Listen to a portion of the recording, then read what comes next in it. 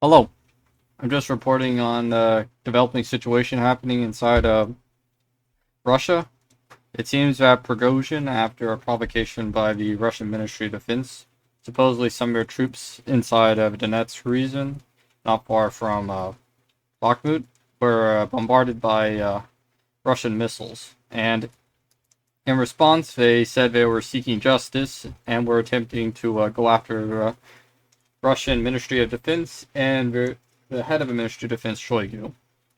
And as far as I've heard so far, they sent a column of troops split between forces set to go to Rostov on Don and forces set to go all the way up to Moscow.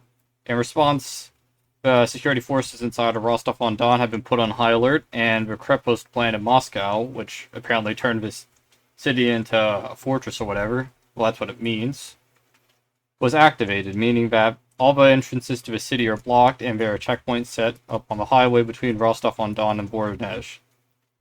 And so far, from what I've heard, it is not exactly clear what's going on, really.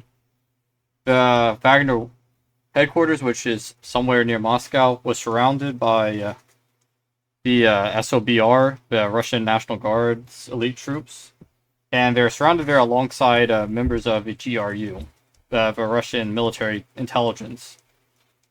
And Wagner troops are apparently accumulating forces and preparing to launch an attack on Moscow. And there's already been movement near Rostov-on-Don, but there hasn't been any reports of fighting. Well, there's been some reports of fighting, but they're not confirmed. According to the people in Rostov-on-Don, they're fighting with so-called Ukrainian agents embedded in the area, which I'm somewhat doubtful. And if you're curious, why would he go to Moscow? Well, Moscow's understandable. It's the capital of Russia. It seems like he's planning a coup of some sort, even though he's claiming to not be going after Putin. But I don't know what he's thinking. I don't know how he thinks something like this would go off without Putin like trying to kill him or something. Yeah, but why would you do Rostov on Don? Well, the reason is actually very simple. It's just like the other topics of my videos. It's all about logistics. The roads that lead through Rostov-on-Don, the highway that leads to Mariupol and supplies much of Ukraine, and the highway that leads down to Crimea. If they occupy this area, they could basically freeze the entire supply line for a Russian army inside Ukraine and hold them hostage. That's the first thing. In addition to Shoigu, I believe, being inside this area. So that's why they're occupying it. But yeah, Moscow, you could kind of guess what's happening, and will it result in fighting? Almost certainly. Like, Prigozhin in doing this is giving himself a death sentence if he doesn't succeed, and I'm not sure why he do this. He says he has 25,000 troops, and this is a bold strategy because they're around 300,000 Rosgvardia troops, Russian National Guard troops. Now, granted, they aren't at all trained to the standard of Wagner troops, but there are at least 10,000 of them which are well trained enough to actually like be decent in a fight. Like, he, he has to have allies in this. I know he has a GRU on side, but like the other generals that he normally is allied with, Surovikin and all of them, they don't seem to be on side, or at very least they were detained fairly early on inside the thing. So I don't know. There's not really much else to say. Is that Prigozhin is launching a coup. He's claiming not to be launching a coup. He's got troops going to Moscow. He's got troops outside Rostov-on-Don potentially fighting there right now, and let's probably figure out how the situation goes tomorrow. Some saying it's gonna develop into a civil war. That is,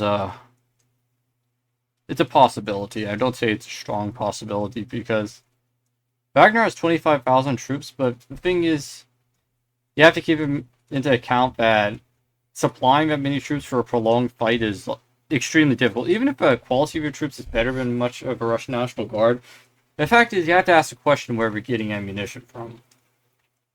Unless they like actually take over a decent territory with infrastructure to make ammunition, or they have some kind of foreign sponsor. I'm not going to say anything. There's not really any way for them to fight a prolonged fight in this war.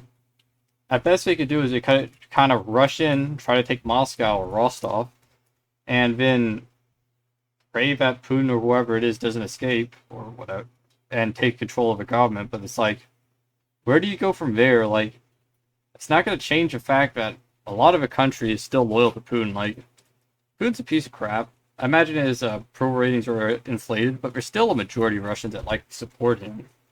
And most of them don't know who the hell this Prigozhin guy is. As far as they're aware, he's a guy who killed like 60,000 guys in Bakhmut, and then showed up on television a couple days ago and said that the war was fake or something. Well, not the war is fake. Is the justifications for war was fake. Is like most Russians support the war.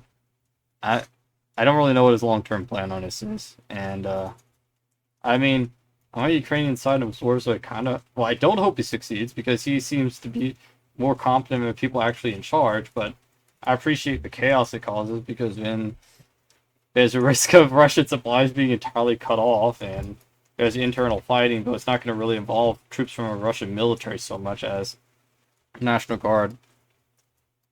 Oh boy, we'll figure out tomorrow.